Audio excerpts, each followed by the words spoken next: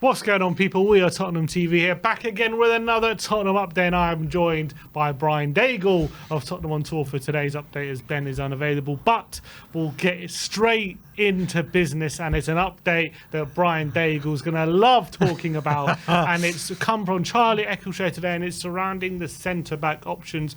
He says Van de Ven deal is not progressing, with a club agreement not close. Some suggestions that a deal is off, but with not many options apart from Van de Ven, there is still hope that a deal can be resurrected. Tapsoba is still of interest, but difficult to prize him away from Leverkusen.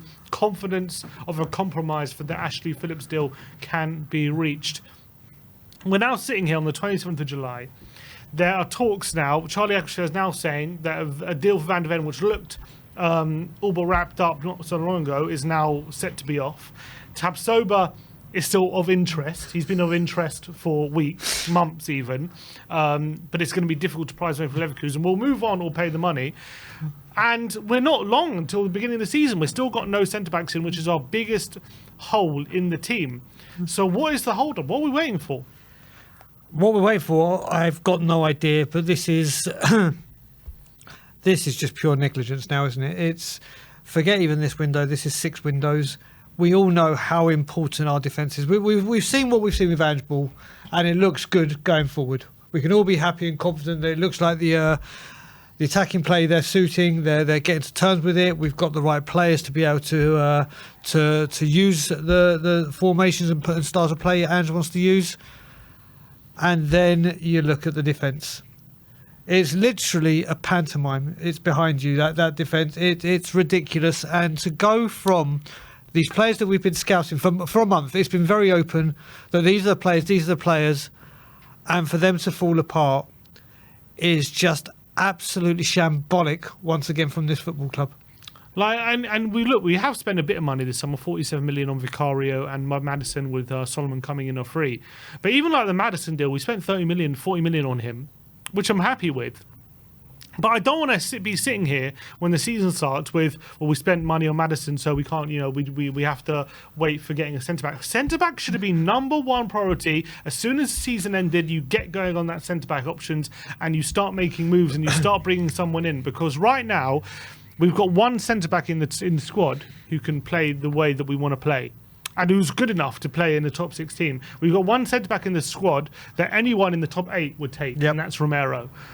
And so that means that it needs major surgery. I put out a tweet earlier. Since 2015, for the last 8 years, we've signed Sanchez, Rodon, Romero, and Longley on loan. That's all our centre-back business has been for the last 8 years. That's nearly a decade. We're coming up to a decade, and the only one we're happy with is Romero, essentially, in the last 10 years, nearly.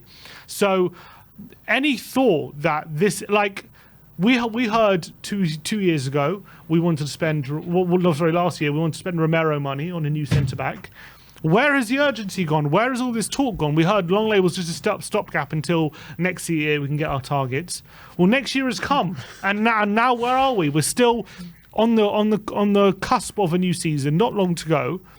It's already bad enough that these defenders haven't been on the pre-season tour. That's bad enough. Yep. But we now face the real reality of the season starting, and we're going to have no new defenders through the door. So you look at it this way as well. The tweet you put out is absolutely sensational, and it just highlights. Do you know what? As I said when I retweeted it, we all know how bad it is, but when you've put it down so easily and there for all to see, it shows how bad it is. And I'm going to make it even worse right now, because if you remember 3 years ago, it was meant to be Skriniar. We got Rodham. Then it was meant to be Bastoni. We got Longley, and there's another defender. I can't remember. There's another one. Ruben Diaz supposed to get needed. You got Ruben Diaz. This is how bad it is, and then you just keep going. You talk about other teams. Liverpool, we all knew this summer needed to work on their midfield. What have they got and done? Brought in 2 quality midfielders as their priority. Other clubs, Arsenal, with what they've done, their priorities done it. Whoever's done it, they've gone and sorted their priorities out first. I understand Maddison was available, you get him up, but for 3 years, and you look at it as well. The big problem with Tottenham is, come January, once that's over, I'm sure behind the scenes all these football clubs start planning, ready to strike in the summer. We change our managers. There's so much changing. There is no plan. There's absolutely no plan at this football club when it comes to defenders. And when we criticise things about the board and like how they don't do enough for the coaches and they set them up to fail, like it's this kind of stuff which does it. And you could say, well, what if we get them? You know, we can get them next week and it wouldn't be too much of an issue. But it's like they need to bed into the team. These managers, their livelihood is based on the results they're getting, and it's so fine margined in the Premier League. For example, Porro in January was like brought in on deadline day, right? We could have had him for the whole of January and played him in those games, and maybe he could have swung some results because the fine margins are so small. So maybe those results in January, if some of them would have swung because we signed Porro earlier, and that can maybe ease the burden on these managers. But because we do things the way we do things under these conditions, it always makes it as hard as possible for these managers. So, like, I could easily see a scenario of we get a centre-back on deadline day and everyone's like, okay, we got the centre-back, there's no issue. But it's like, well, they weren't there for the start of the season. We missed like 3 games with them. And that could, maybe if we don't get the results that we want to get, that could make a whole difference. So I'm just frustrated that we're not like the priority position hasn't been sorted, and it doesn't even look close to being sorted right now. It's being neglected, and it's been neglected for such a long time. On the centre back issue, I was pointing out, people have pointed out, well, you know, we had Jan and Toby. Why would you have to sign other centre backs? And that's a fair point, but they were slowing down in 2019. And what's interesting about that is that's when we got in a defensive manager, Mourinho and Conte. So since that time in 2019, we've only signed Rodon, Romero, and Longley alone. Those are only 3, and even then, our centre backs had already slowed down at this point, and we needed to focus on centre backs because we had defensive managers. So at this point, we're so far beyond centre back being an issue. It's become laughable. It's become a parody of itself. The fact that we haven't got a centre back right now. Yeah, I mean, the other thing I want to add to what you were saying about when I've seen it when I said pre-season tour, no defenders in. They're like, oh, we've got 6 weeks left till the window closes, and like you said, the window closes, and they're missing those games. It's not even those games. They're missing pre-season with the manager and get up to the fitness requirement the manager likes. You're missing out on time with your teammates to get used to how they play, how they want the ball. Just the whole point of pre-season training is to get your team ready for the season. Not, okay, we'll still buy it. This is a key. Listen, I don't care if we sign people on deadline day and we get a last minute deal, whatever, but not the most needed department of your team, which has been for 3 years. You can't keep doing this and hoping that the manager will come and make these players better when they have failed time after time after time. And I've had some people on Twitter suggest that it's, the fees that are being bandied about are unreasonable or whatever. In my opinion, they're not that unreasonable. But we're talking about in 2018, which is 5 years ago, Liverpool paid 75 million for Virgil van Dijk, and it revolutionised their defence. We're talking about paying 75 million for 2 defenders in this current market 5 years later for one of the most profitable and revenue-heavy teams in Europe, if not one of the biggest in Tottenham, who generate the most revenue out of not just in Premier League, in Europe, one of the top teams. So to suggest to me that in 2018 Liverpool could buy Van Dijk for 75, but we can't spend 75 million now in this day and age for 2 defenders, in my opinion, is laughable. Well, of course, we do the excuse after excuse. This is the thing: the excuses come out for this ownership, and then you've got to look at it. The reason you may be saying the defensive prices are too high. Well, you got us in this mess. If you'd addressed it earlier, and it hadn't become such an issue.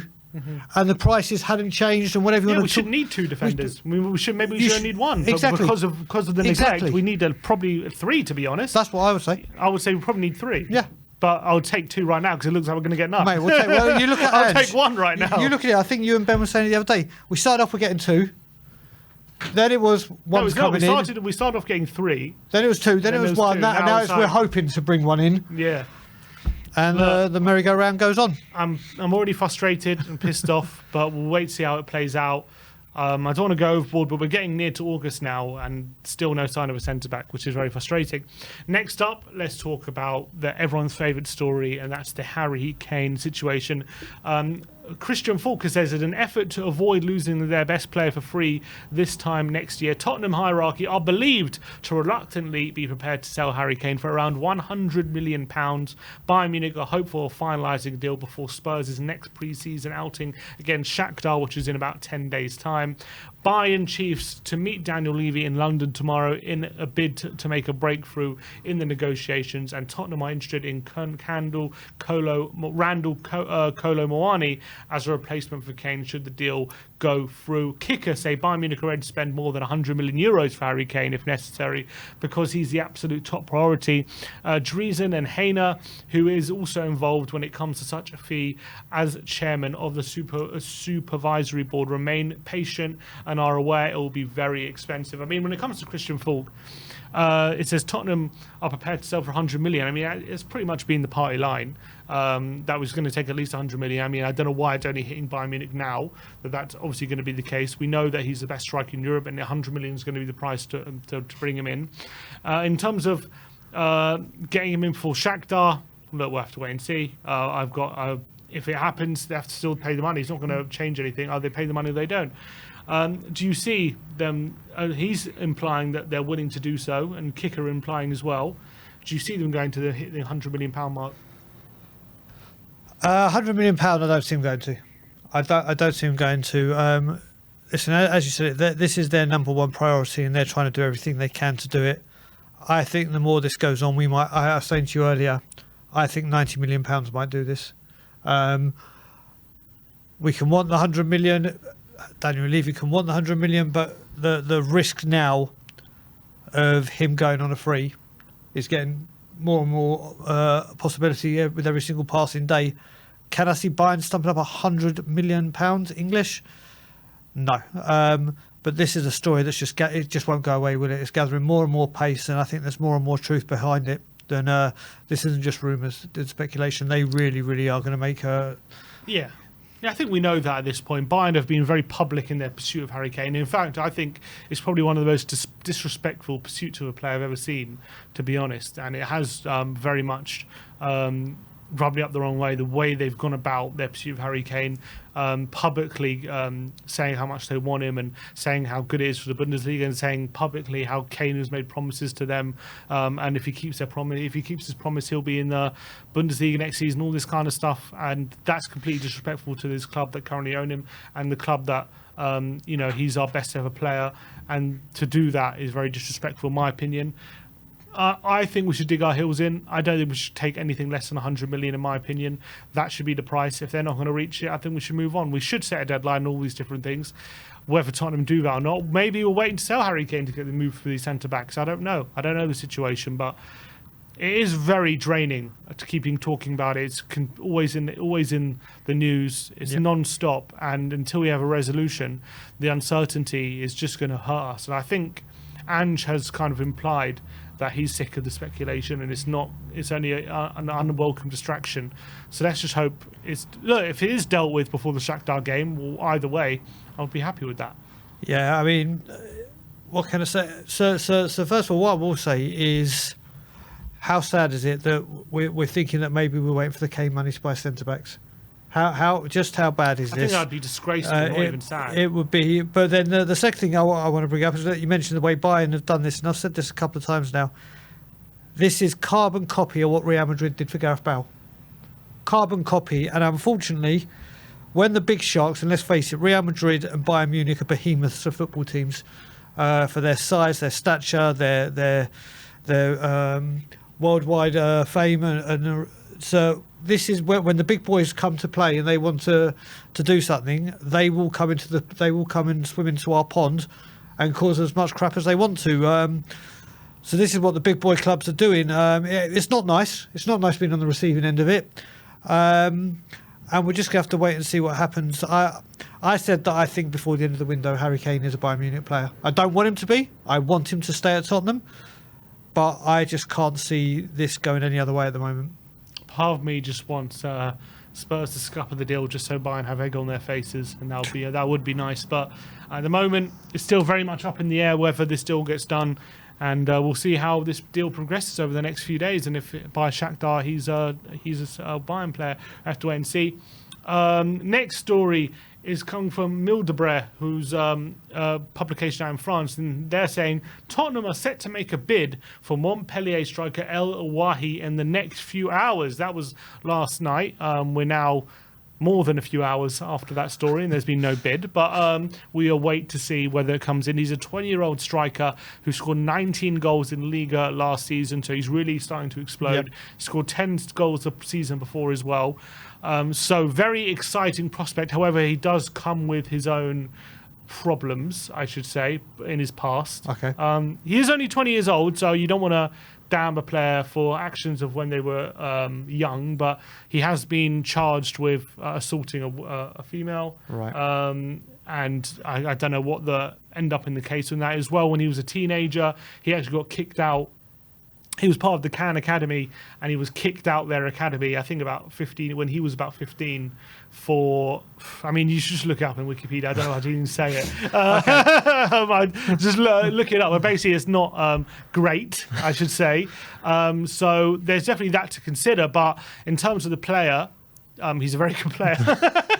Wonderful. You need to become you need to become a scout. Sorry. You need to become a scout or an agent after that. I don't know how to report on that was tremendous. Again, just very quickly, following this theme, isn't it amazing that apparently we're linked to putting bids in for strikers? Yeah, we can't afford 30 million or whatever it is for Van de Ven. Well, I'm assuming this is if Kane leaves. But we might be using the Kane money for defenders. Yeah. This is what gets with the journalists. Listen, I didn't know anything about his past. I will be checking Wikipedia after I that. implore everyone to check it out because it's an eyebrow raiser, if to say the least. Okay, so we'll do that. Yeah, listen, he had a great season last season. I wouldn't have thought he was going to be one of the ones linked, because I thought we might have gone like elite rather than going for youth. But what I've seen, he's powerful, he's quick. And if he's progressing on that level of scoring and he's only 20 years old, there's something behind it, isn't there? Yeah, I think as a player, I would definitely be excited. Look, if we can put his past behind him and move on from it, I don't know what kind of character he is, and obviously we'd have to do our research. We've had issues like this before. We remember Aurier. There was big problems with things he had done, and we ended up signing him, and ended up being okay. Well, in terms of his personality being okay, but as a player not so much. But so I think as a striker, a young striker in Europe, there's rumours Chelsea want him. There's rumours of other clubs circulating. So he's definitely in demand at the moment, and I think he would probably fit how Ange wants to play. He's a very pacey striker, and we would be getting him early. But it's all about just doing your due diligence. We would be getting him early. That's funny. Getting him early in terms of just his development, I guess, which is very rare for Tottenham. But we'll have to wait and see how it progresses. I don't think anything happens here unless we sell Harry Kane. So I wouldn't expect any movement on this anytime soon. Frank Kessie. This story coming from Corriere dello Sport. They say Kessie's entourage and Barca are convinced that some powerful club in the Premier League will end up paying 15 million euros directly for Kessie. Tottenham have already shown interest and are waiting to close the sale of Kane, which will produce very important income to remodel their entire squad. And Kessie likes it because because Tottenham consider Kessie a great market opportunity. I mean, this article is implying we need to sell Kane to afford 15 million euros to sign Kessie, which is what, 12 million pounds, 10 million pounds. Surely we can afford that without Kane. So you've just tossed a grenade at me. I'm not going to listen. Kessie is another player. How many times have we linked with players for years and years and years and years and years? This one, I think, is a very, very good player. Very, very good player. Again, all these links, all these rumours. And I keep saying it, I'm not bothered about these rumours until they're centre-backs and until they're in, because it's all well and good addressing every single other area, but you're still going to have the same problem. So he will be a very good player for Tottenham, but I don't think this one goes. Neither do I. I think the article does say that he prefers a move to Tottenham than Juventus at the moment, even though Juventus are interested. Again, look, we have midfielders in the squad right now. I don't think Kessie should be brought in as a priority. Look, but I'm liking to look at Basuma, Sarr, Maddison, Lo Celso, and Ndombele also reintegrating into the squad. I'd rather give them a chance than spend resources signing more midfielders when we've got centre backs to deal with. So look, I like Kessie. If we bring him in, I'll be happy. But I don't want to be sitting here at the end of the window and, we've got Kessie in and no centre-backs. That would be really pissed me off. So, look, that is your Tottenham update. Let me know in the comments section below anything we have discussed today. Let me know your thoughts. And as always, come on, you Spurs.